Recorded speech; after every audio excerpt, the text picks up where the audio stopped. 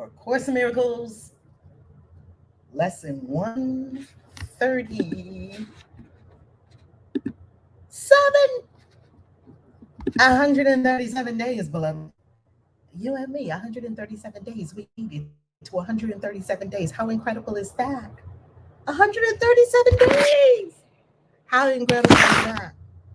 We made an insane commitment to each other in December of 2021. And the commitment, not an insane commitment, we made a radical commitment in December of 2021 to meet together every morning to read, in depth study, discuss, and practice and catapult our lives from A Course in Miracles. Either you have the book, A Course in Miracles, the blue book, or you can follow along at acim.org. I'm Reverend Valerie Love, if we haven't met yet, also known as Kaisi, Divine Midwife of Soul Destiny, and you can find out all about my work in the world at valerielove.com. Pick up books while you're there. Let's begin. Deep breath.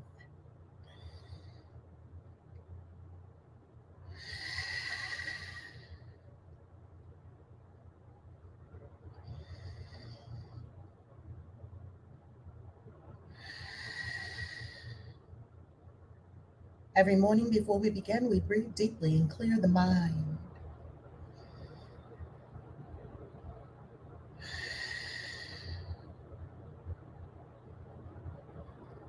Opening the door in the mind to ultimate reality and going through the door.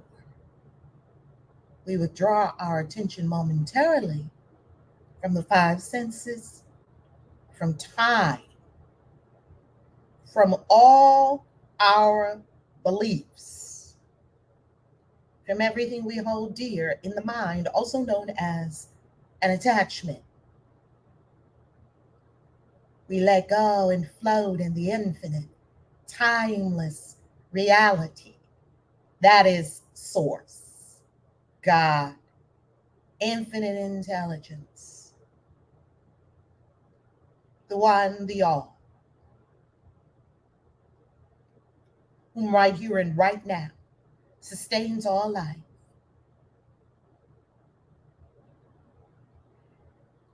We have our existence here on the third dimension because of powers and forces beyond what we can imagine. Therefore, the third dimensional self gives thanks.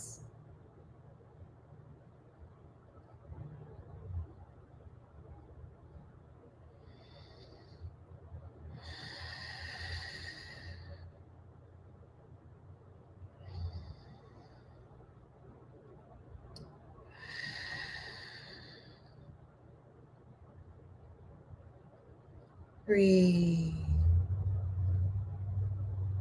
And release all sickness, release all pain, release all ideas related to death, release all ideas related to being a tiny human walking about on a planet.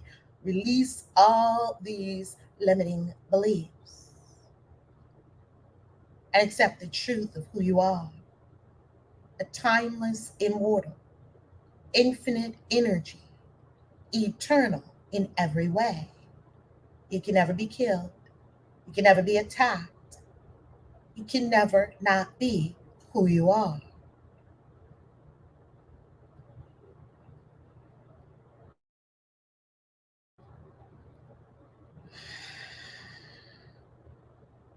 Relax in the knowing of who you are. And when you open your eyes to engage, or you engage whatever senses you use on the third dimension, when you open your eyes or open your ears or put forth your hands and engage any of the five senses in the third dimension,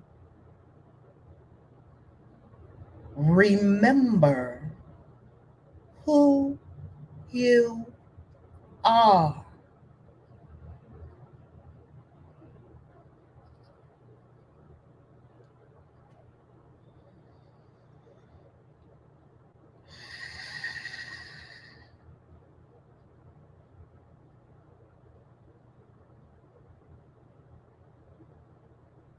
And now we open our eyes to engage A Course in Miracles, Lesson 137. Slowly opening your eyes.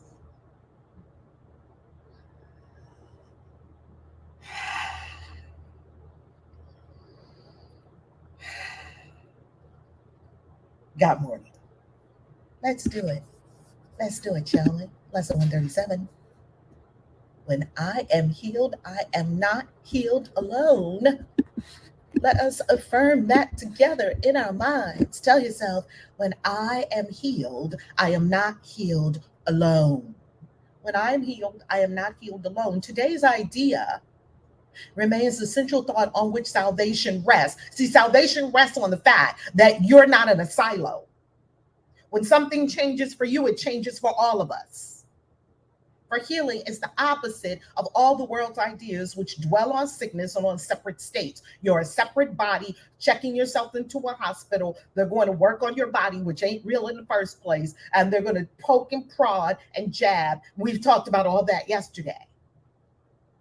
It's the opposite. What we're doing here is the opposite of what they do in hospitals. Sickness is a retreat from others and a shutting off of joining. Oh, you got to be in the bed, but everybody else out living life. It becomes a door that closes on a separate self and keeps it isolated and alone. This is how we continue to ensure a body identification and try to cancel all thoughts of being God. Sickness is isolation and specialness, for it seems to keep oneself apart from all the rest, to suffer what the others do not feel. Oh, I'm so sick. Oh, now you special? It gives the body final power to make the separation real and keep the mind in solitary prison, split apart and held in pieces by a solid wall of sickened flesh, which it cannot surmount. Oh, I just can't get over it. Oh, and everybody believes it and they feel sorry for you. The world obeys the laws that sickness serves, but healing operates apart from them. Here comes healing. Healing is not the same as getting a cure, treating the sickness as real, like Christ said today, or as he said it, and in the metaphor, whether it's real or not, doesn't matter to me. At the point of the story, pick up, walk out, and walk. And in that instant, that's exactly what he did. The world obeys the laws that sickness serves. Let's go back to this again. We believe that when we get sick, well, we're hopeless. I have to stay in bed. There's something I can do. I'm just a sick little human, weak and powerless. Everyone agrees with you, except those who know better. The world obeys the laws that sickness serves, but healing operates apart from them. Healing does not operate on the same laws as trying to cure a sickness. They're two different worlds. It's impossible that anyone be healed alone. You can never be healed alone. You can never be healed alone. You can never be healed alone. And sickness must be apart and separate. Now, if you're healed, you're not alone. You're all together. If you're sick, you're alone. Because you got to be in bed. Unless your best friend comes and gets in the bed next to you and rubs your head and rubs your head and says, oh, come on, please get better. We love you so much. And then when your friend leaves, you're in the bed alone. And you can't even get up, pardon me, and go hang out with any of your friends because you told yourself that this is a wall of sickened flesh that you cannot surmount. You really have to have not rules. No rules here. You really want to have lesson 136 to understand lesson 137. Go to yesterday and listen to 136. You'll never be sick again. And then come here today to lesson 137. It is impossible that anyone be healed alone, and sickness must be apart and separate. But healing is his own decision to be one again and to accept his self, capital S, with all its parts intact and unassailed. Healing is a choice for wholeness. I'm one with the divine. Healing is a choice, just like sickness is a choice. You can do whatever you like with your mind, beloved. You're God. In sickness, the self appeared to be dismembered, and without the unity that gives it life. You see, when you're sick in the bed, you seem to be splintered off from the whole. You seem to be afraid and alone. What's going to happen to me? Is this sickness going to kill me? No. However, you do have the power to take yourself out with your own thoughts. That's what you want to do. The healing is accomplished. It sees the body has no power to attack the universal oneness of God's Son. The body does not have the power to attack and win, to mount an attack or win on your universal self, your true self, your infinite self. Well, the body can do whatever it wants to itself with the aid of your mind. It can only do it with your mind. And then you drop that body. Your eternal self is still here. You learn some powerful lessons. You just say, oh, let me go get another body and do something different. Sickness would prove that lies must be the truth. When we're lying in the sick bed, we're proving that, oh, yeah, I must be separate here. I am so alone. Nobody came to visit me in the hospital. Cancel, cancel. But healing demonstrates that truth is one. You know what? I think I'm going to pick up my kind and walk. I think I'm going to get up out of this bed and go to assemble with my sisters and my brothers. I think I'm going to the Christian Witches Convention so I can be around a bunch of magical people in a magical town, get my magic on and change my life forever. Yeah, that's what I think I'm going to do. I think I'm going to assemble with the whole. I think I'm going to come and meet my sisters, brothers, and others. That's what I think I'm going to do. I'm going to stop being separate and alone. To be healed is merely to accept what always was the simple truth and always will remain exactly as it has forever been and always will remain exactly as it has forever been. Yet eyes accustomed to illusions must be shown what they look upon as false. So healing, never needed by the truth, must demonstrate that sickness is healed. When we keep seeing an illusion over and over and over again, we don't believe the illusion. Authorizes illusion. Cancer is an illusion. This idea that a V can jump on you and kill you is an illusion. Many people are deep in the illusion. I was deep in the illusion. And I'm in ACIM every day so that I can free my mind from illusions. That's why I'm here every day. I will be here every day if I am the only person here every day. Why? Because I must free my mind. And I know you feel the same way. That's why you're here every day, to free your mind. And guess what? Pardon me, guess what, beloved? We're not doing it alone. Woo! We're doing it with the whole. Woo! Because when I am healed, when you are healed, we're never healed alone. Woo! Healing might thus be called a counter dream. Because the dream of sickness, lying in the bed, can't get up, splintered off from all the people, alone, trying to be special because you're sick, trying to get extra favors, trying to prove to yourself that you're not God, because after all, you can't get out of the bed. Sickness, as we learned yesterday, is a defense against the truth. So here we are. Healing is the counter dream, which cancels out the dream of sickness in the name of truth, but not in truth itself. Just as forgiveness overlooks all sins that never were accomplished, healing but removes illusions that have not occurred. Healing is just going to wipe away the illusions because once we get accustomed to seeing illusions, it's hard for us not to see illusions. It's hard for us to imagine that all the hospitals are built on dreams of nothingness. It's hard for us to imagine, except it's not hard for any people that are in the healing arts to know. Now, hospitals are there for cures. It's a big difference between cure and healing. Cure, drink this potion. Presto changeo, you're better. Take this pill. Presto changeo, you're better. Except you're not better. You're worse off, and you have to keep coming back and getting more pills, and keep coming back and getting more pills, and keep coming back and getting more pills. One day, you're going to be tired of playing that game. Healing and all the people who are in the healing arts. If you go to a shaman, in Peru, you go to Shaman Kush in Peru with his sweat lodge and all his rattles and all his herbs and living on the side of a mountain and walking through the mountain all through nature with his drum and drinking plant medicine and pretty much laughing and having a good time with his wife. And Shaman Kush got little kids too. I was like, Shaman Kush. And Shaman Kush is like 70. Shaman Kush got legs, look like muscular legs. Shaman Kush walks all over those mountains in Peru without a huff or a puff. Shaman Kush stops for us because we're like, our lungs haven't expanded to accommodate being on a Peruvian mountain, walking all over the Andes. Yeah, look at you, Americans and Europeans. Shaman Kush is just fine, chewing on his coca leaves. And we're there. Okay, we just need a minute. Puking and trying to breathe. Shaman Kush doesn't think that's real. Shaman Kush is like, be who you really are. That's what he's doing. It doesn't, that's healing.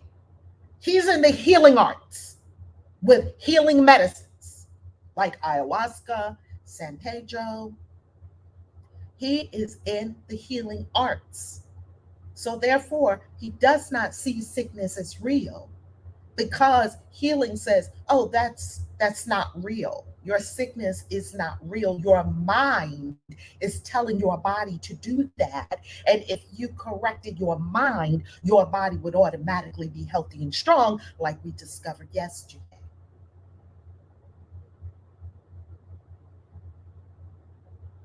Just as the real world will arise to take the place of what has never been at all.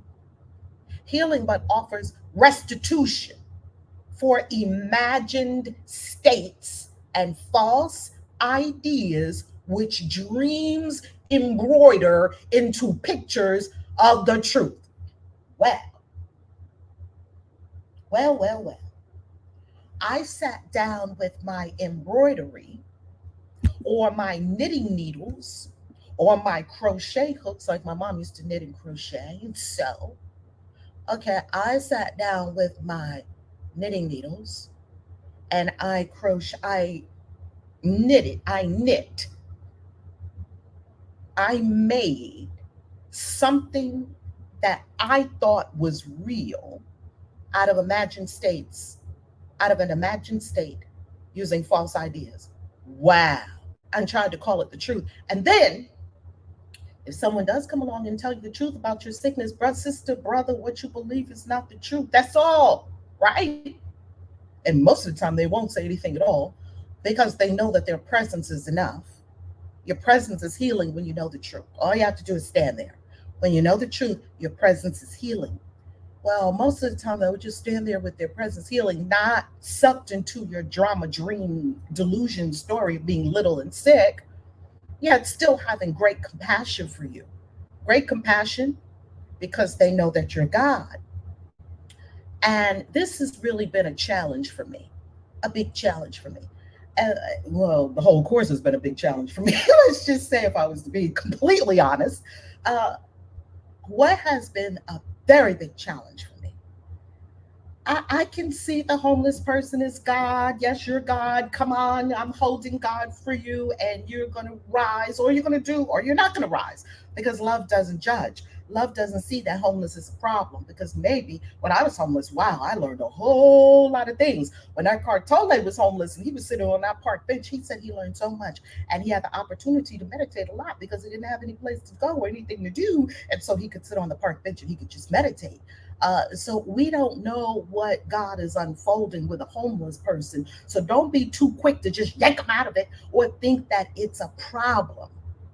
It's nothing's a problem because I don't know what anything is for. I don't know what I'm looking at. I don't know what God is doing. I don't know the universal plan. I don't know the unfoldment of this soul. I don't know this soul's contracts. I don't know what this person agreed to and didn't agree to. I don't know what this person is thinking. But I just came along, oh my God, you're homeless. This is so terrible. Let's get you off the street. Like there's the tendency to just be sucked straight into the third dimensional story. So I used to have that with homeless people. I'm getting better and better and better. What I now have in my spirit to it showed me in Dubai. You believe those little girls are not God. Those girls that you saw that you thought were being trafficked. Now let me tell you something about these young girls that I thought were being trafficked. Maybe they were trafficked, maybe they were not. Young girls who were ladies of the evening, let's just say. Every night we saw them come out. Well, not every night because I wasn't out every night. Well, yes, we were. We were out every night, but I didn't see it because it was Ramadan. So during the day, nothing happens. Nothing happens at night. Like everything, you're in an Arab country. It's super hot during the day. You can't even go out in the day hardly. So in Ramadan, okay, it's Ramadan. Now it's time to eat and be thankful and give and be with our family. And, you saw the kids running around at 11, 12 o'clock at night in the mall. So I would see these young women at night. No, didn't nothing looked wrong with these girls. These girls looked like they were going on a mission. These girls had on there, and they were all, I thought, African, from some African nation. I couldn't specify which African nation. And they were with their cute dresses on, face beat to the gods, lashes, like we about to go out here and slay. Here's what was going on in my mind. So that's what I was seeing. Was I seeing a problem? No. Is that a problem to see some girls walking down the street? I don't know where they're going. I made up where they're going. They could be going to a big party. I made up where they're going. Okay, let's go further. As I'm seeing this, what is happening inside my mind? Because that's what you want to look at. Okay, something's in front of me. What's happening in my mind? What is the universe trying to show me? What was happening in my mind is, oh, uh-oh, you're feeling sorry for people. Therefore, you do not think they are God. Bam, there goes the separation right there. Ha, ha, ha. Wow. What's going to help someone more? You being sorry for them, pitying them. Oh, what a terrible lot they have in life. Oh, let me see if I can get some money to help you in this terrible state. Oh, this is so terrible. Or the Christ mind says, we are one. You are God. I am God. And we know that God takes on form and has experiences or reasons beyond what I know. And let me look at this with an open mind and simply know I know all is well. I know God got everybody. I know this. I know God is love. Even when I don't understand what my eyes are seeing, do we stop making up stories about things, feeling sorry for people, and thinking you have to rescue and save people? Start with, okay, God and only God. There's God and only God. There's God and more God. This person's God. That person's God. I'm God. Everybody's God. God showed up as this girl. God showed up as me. God is in charge. God is love. I don't know where this thing is going. This person is learning some incredible lesson. What is God telling me to do right now? Send some love. What is God telling me to do right now? Open a respite retreat house for anyone who wants to come who are desirous of a rest. Okay, I'm going to open a respite retreat house for anyone and maybe one day one of the girls will walk in and say, oh, this is a lovely place. I think I'll be here instead of there. They'll make the choice. Beautiful, because you're God and God can do anything they want. Do we see that holding the consciousness of oneness, unity, God, wholeness, perfection at all times, no matter what your five senses are telling you, Valerie, is the healing? That is the healing, not splintered off, thinking bad things, having false ideas, embroidering them into pictures of truth. In truth, I don't know what they were doing. I don't know who they were. I don't know where they were going. And I don't know what they did when they got there. I was all in somebody else's lane, obviously having inappropriate thoughts that were not going to help the entire consciousness of life here on planet Earth. Let me shift my mind from fear to love. Yet think not healing is unworthy of your function here. For Antichrist becomes more powerful than Christ to those who dream the world is real. If you think the world is real, Antichrist is just as powerful and more powerful than Christ, because your thoughts are giving the Antichrist power. The body seems to be more solid and more stable than the mind. We think that the body is stronger than the mind. And love becomes a dream, while fear remains the one reality that can be seen and justified and fully understood. Well, I can see these girls. Oh my goodness, are they being trafficked? Why did I go straight to the fearful thought rather than go to the love thought? Why not? If I'm in fear, can I send them love? Obviously not. Just as forgiveness shines away all sin and the real world will occupy the place of what you made, so healing must replace, pardon me, Healing must replace the fantasies of sickness which you hold before the simple truth. The fantasies of sickness that we hold. And we learn this very early in childhood because we know that when we got sick, mom took care of us. We didn't have to go to school. We got extra goodies. They felt so sorry for us. They wouldn't dare be mean to a sick person. And we learned that it was very profitable and had many payoffs to be sick, even though you were alone and you were in your bed and you couldn't get out your bed because then you would give away that you're not really all that sick, even though mom kind of knew that you ain't really all that sick. And after a while, she would make you get out of that bed. Yet, we learned the payoffs of sickness in childhood. When sickness has been seen to disappear in spite of all the laws that hold it, cannot be but real, cannot but be real, then questions have been answered. And the laws can no longer, and the laws can be no longer cherished nor obeyed. When sickness has been seen to disappear, even though the laws say you can't be healed of cancer instantaneously, don't you know people who were? Even though the laws of this world say, no, you can't be healed of that unless you do XYZ, don't you know people that were? Although when I had fibroids in my womb, toting around what my doctor said was a cantaloupe or a pear or whatever, it don't really matter. And they told me, well, we could burn it out or we could go in and we could cut it out. All those things, as I was hearing them, I was sitting in the doctor's office. My intuition told me none of those things was the answer. It was like, no, run. I was like, no, I'm not doing that. Yeah, but if you don't do it, blah, blah, blah, blah, blah. Yeah, no, no, no, no. Yeah, no.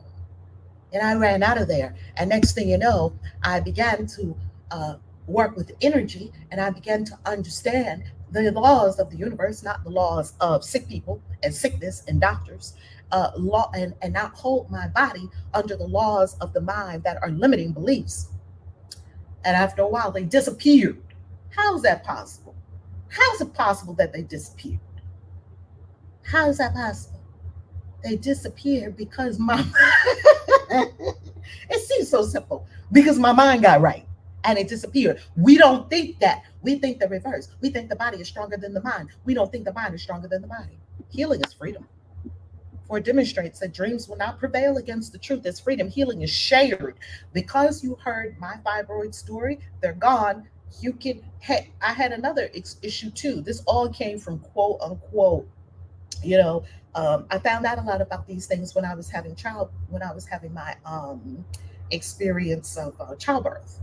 Another thing that they told me I would have to do when I had my second daughter, I got these terrible hemorrhoids. Terrible hemorrhoids. Good on me, sit down. Terrible hemorrhoids. Sits, baths, preparation, age, suppositories, and all that stuff. And none of it seemed to make it go away. I'm like, what the fuck? And I go to Chapel of the Holy Cross in Sedona. And I sit in the vortex energy. I sat down with him and I got up without him.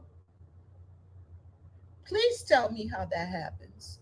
It's a terrible case of hemorrhoids. As a matter of fact, we have been in Vegas and then we went to Phoenix, Arizona. And while I was in Vegas, I couldn't even enjoy myself. The pain was shooting through my legs and everything from the hemorrhoids. Couldn't hardly sit down, just in agony. Why? Because I wanted to have a defense against the truth. Because I wanted to embroider sickness in my mind, dreams in my mind, so that I could prove myself that I'm really a little human in pain. Because I wasn't ready to accept my God self yet. I wasn't ready to be an infinite uh, force for love and good on this planet and accept who I really am. Why? Because I was too afraid of being powerful. So let me just be sick. That's just much easier. And hey, it's what everybody else is doing. And it's understood. It's an understandable language on the third dimension. And people feel sorry for you when you're sick and you're all. Yet the pain of it, and it had persisted for years. And I know someone else, and she said, oh, I had an operation. She was walking around because the doctors went in and they cut this and they cut that. I was like, it never felt good to me for a scalpel to come toward me. You want to stab me to make me better. Yeah, we're just going to stab you a little bit, though. Stab me.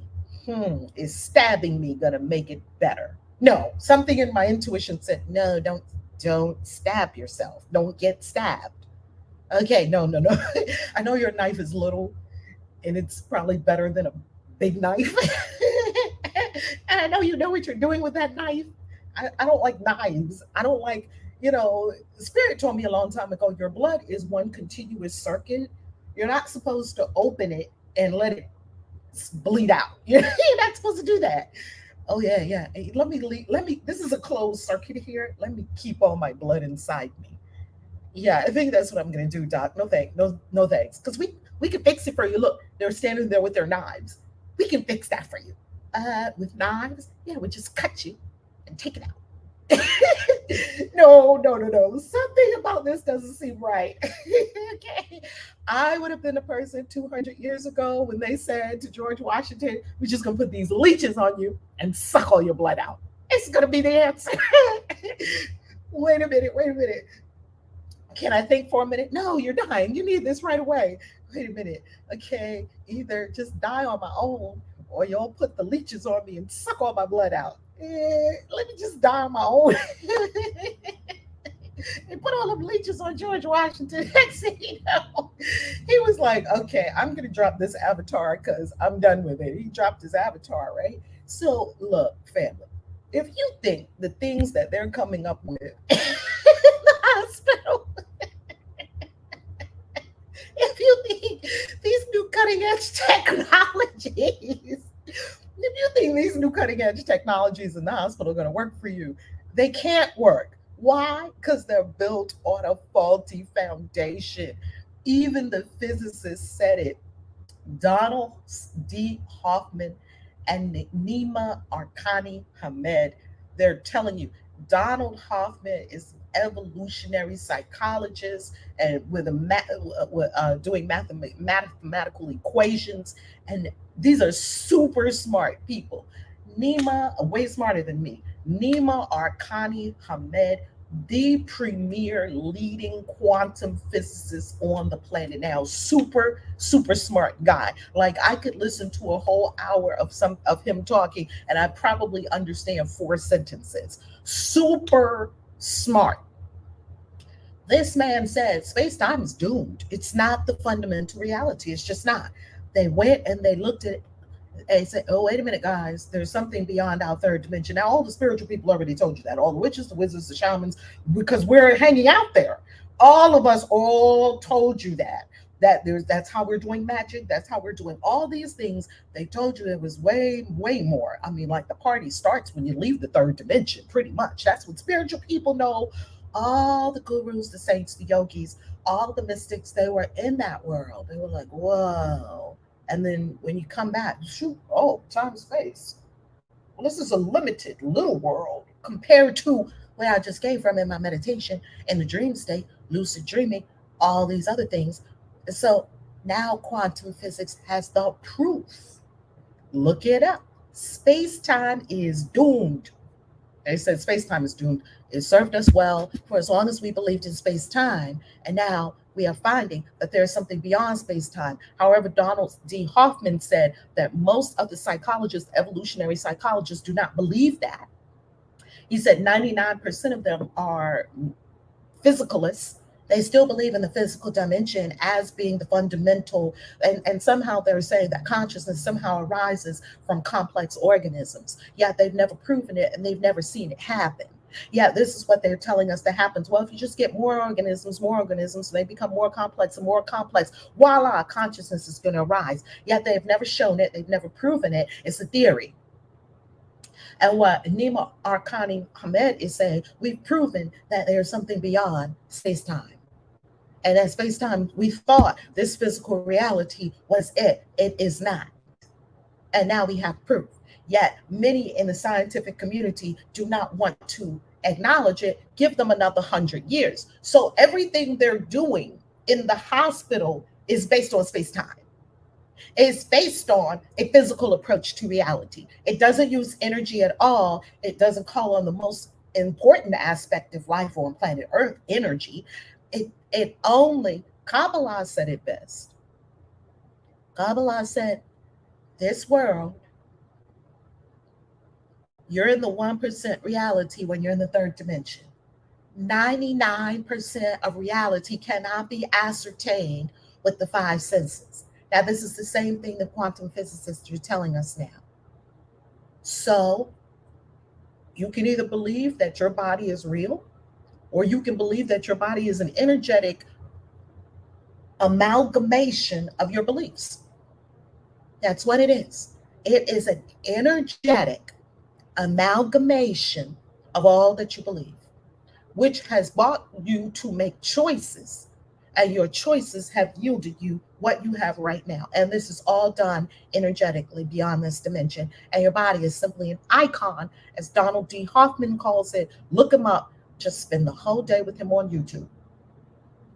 Didn't read his books, the Case Against Reality. Healing is freedom. For it demonstrates that dreams will not prevail against the truth. Healing is shared. And by this attribute, it proves that laws, unlike the ones which hold that sickness is inevitable, are more potent than their sickly opposites. They told you you have to get sick, and I'm telling you, no, you don't. Healing is strength. When you heal yourself of this, and you heal yourself of that, and you heal yourself of, why couldn't you heal yourself of it? You gave it to yourself in the first place. It didn't jump on you from outside. For by its gentle hand is weakness overcome, and minds that were walled off within the body free to join with other minds to be forever strong. When you let your mind be free again and come out of the dream and weaving and embroidering sickness and calling it the truth and mad at people because they don't buy your bullshit story that you're sick and weak and not God, well, your mind then joins with all the free minds, and wow, we're forever strong. That's how the world has changed. That's how the world is saved. Not by us going around proselytizing and preaching. We don't have to preach. Change your mind. That's how the world is saved. Healing, forgiveness, and the glad exchange for all the world of sorrow for a world where sadness cannot enter are the means by which the Holy Spirit urges you to follow him. Please exchange all your sorrow for gladness. Please be healed. Please forgive and be free. Why wouldn't we want to do that? It's gentle lessons. These are gentle lessons. These are gentle lessons. His gentle lessons teach how easily salvation can be yours. The inner guide, also known as the Holy Spirit, higher self, holy guardian angel, whatever you desire to call it, the inner knowing, everyone has it, is a gentle guide. It's saying how easily salvation can be yours, how little practice you need undertake to let his laws replace the ones you made to hold yourself a prisoner to death. It's not hard doing what we're doing every day because it's your natural state. It's your natural state to be a forever energetic being. It's your natural state to be immortal, timeless energy. And now we can prove it with mathematical equations and with scientific proof. His life becomes your own as you extend the little help he asks in freeing you from everything that ever caused you pain. Please free me from everything that ever caused me pain. If you don't want to be free from everything that ever caused you pain, please be free for the child in Kenya. Please be free for the child in Peru. Please be free for the child in China. You won't do it for you? It's okay, boo. Maybe you don't value yourself that much. All good. I didn't love myself for a long time. How about we do it for the children? How about you do it for a baby that's being born in India right now? How about you do it for them? Heal your mind for them. Think about them. Because when you think about yourself, you probably won't do it because we don't value ourselves enough to do what's really needs to be done. When we're only thinking about ourselves, that's why we were made to be communal, and that's why we were made to come together and be together. Because we'll do it for a child, or we will do it for a child. We'll do it for a baby. We'll do it for someone else. You won't do it for yourself.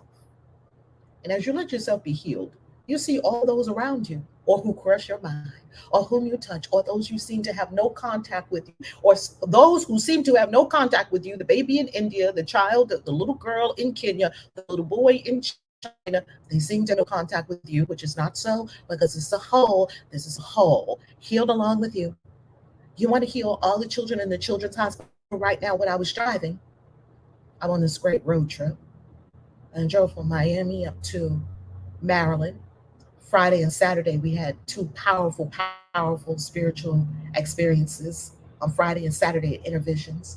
And then I drove on Sunday to Philly. And then I went to my beautiful daughter's amazing, gorgeous experience of a celebration, her goddess circle. And then I was driving back. I drove past Baltimore. And in Baltimore, I saw this hospital, Hopkins Hospital, right? Does amazing work, right? People love the hospital. Well, I don't know if people love the hospital. People see the hospital as necessary, and maybe it saved a lot of people's lives temporarily until they change their minds.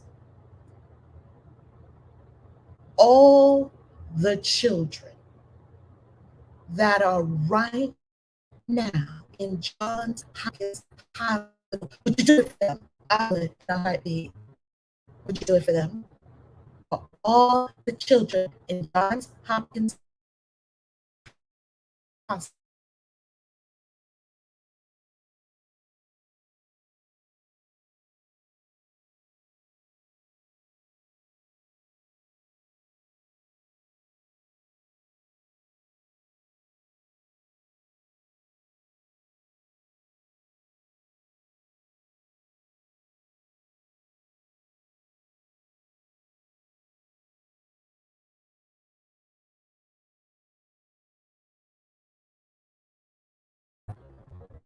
we got something going on in line.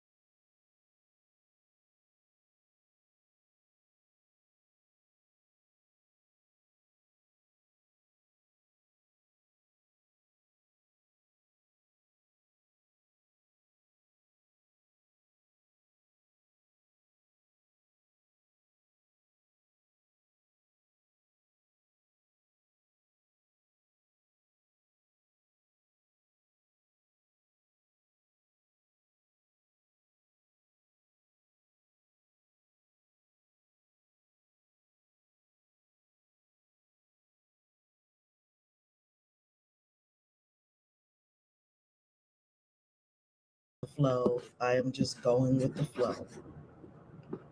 Okay, are we good? I'm just going with the flow. Hold for a moment, family. We're going to get this together because we have persistence. We have persistence and we have love. Okay. Hold on. Meditate a moment. Breathe. still no? Okay, I think we're good.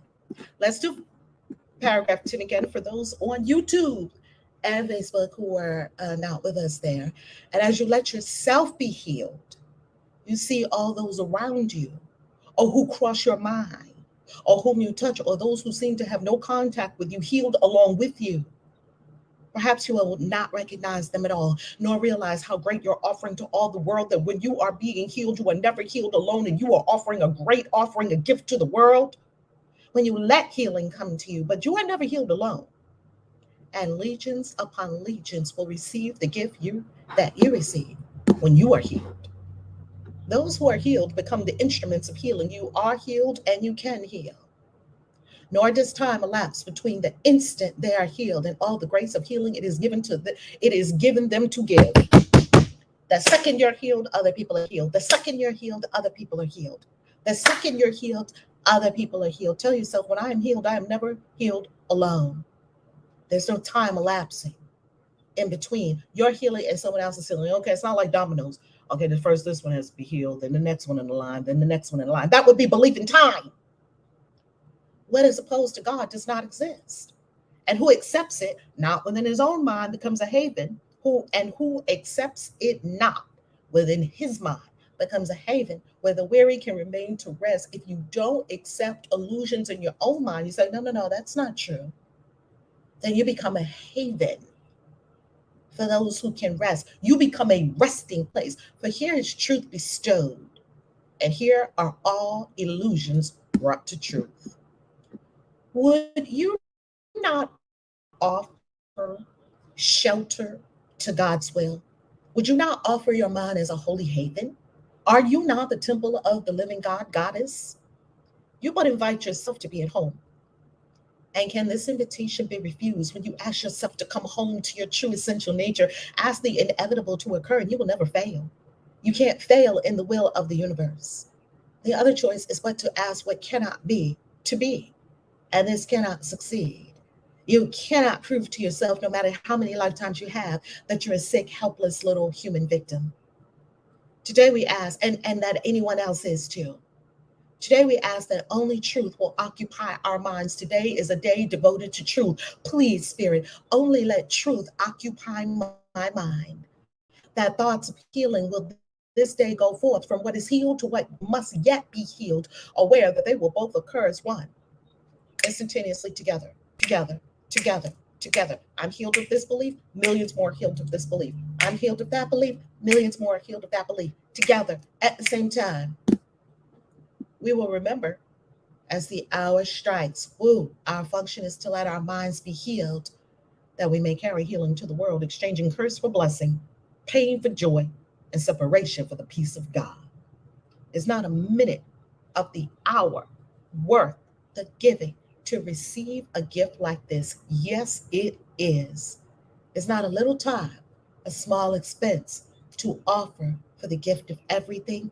Yes, it is. That means every hour, 1 minute. Every hour, 1 minute. Yet, must we be prepared for such a gift? We must prepare our mind to receive the gift of truth from within.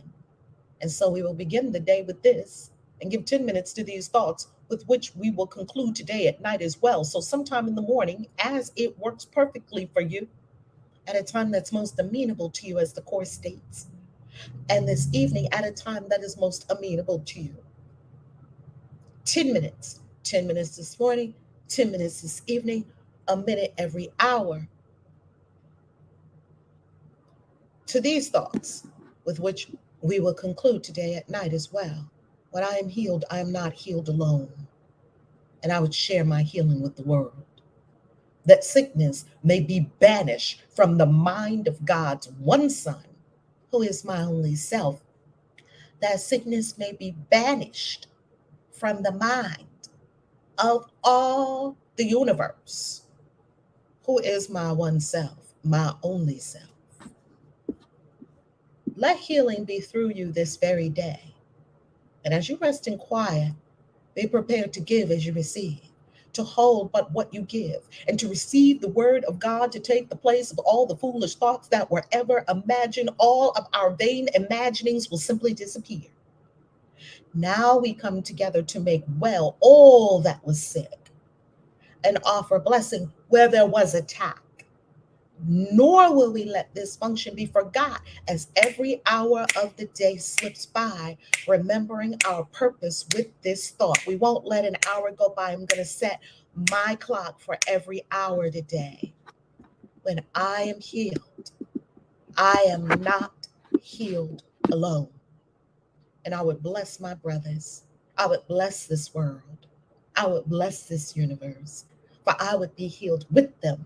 See, when somebody else is healed, I'm healed. And when I'm healed, somebody else is healed as they are healed with me. When I am healed, I am never healed alone. A Course in Miracles, lesson 137. We hung in there, we got it, baby. We hung in there and we got it. We finished the whole lesson on YouTube and Facebook and Clubhouse, as we said we would do. Even though we had a couple of moments of there, we did it. We did it. We did it. We did it, family. We overcame obstacles. We did it. 2, remember the truth. When I am healed, I am not healed alone. Breathe.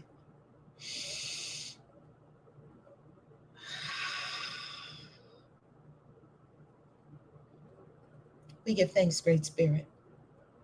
We give thanks for all the angels that keep all of the devices and all the computers and all the laptops and all the iPads and all the tablets and all the phones, for connective devices for us to do this work together every morning, and that all the Wi-Fi services are blessed and all of the connections are blessed and all the hotspots are blessed, so that we may communicate and commune in excellence, in high order every single day at 7 a.m. Eastern Time with the family, to consider, to pray, to deeply study, to meditate on, to practice, to grow from, to become God in our own minds, even though we are in essential nature. And that this is done in joy, receiving happiness, peace, abundance, with deep fulfillment and more results than we can even imagine on the third dimensional plane, and eternal results beyond this plane. Ashe. Ashe. Ashe. I'm going to depart now. With the mods be able to continue the discussion, I must get on the road because, woo, gotta skedaddle. Gotta get back to where I need to be. Big things are happening today. Mods, are you able to continue the discussion? Absolutely. Thank you. Love you, family.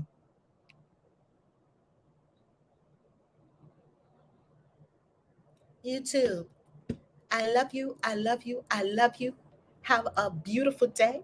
Remember, when you're healed, you are never healed alone. I'm on a road trip, a great road trip. I'm in a hotel, as you can see, and I am headed back now. Headed back. I love you. I love you. I love you. Have a beautiful day. God bless you every hour on the hour for a minute. Remember who you are. Remember, when you're healed, you're never healed alone. Thank you for being here. I so appreciate you. Mwah, mwah, mwah. Hugs, hugs, hugs, hugs. Please do meet us at the Christian Witches Convention. Get your tickets at christianwitches.com. It's next weekend, Memorial Day weekend. What else are you doing Memorial Day weekend other than hanging with all the magical beings in New Orleans? We're taking over New Orleans next weekend at the Christian Witches Convention. I freaking love you. Have a beautiful day. ValerieLove.com. Mwah. Peace. Can you see out?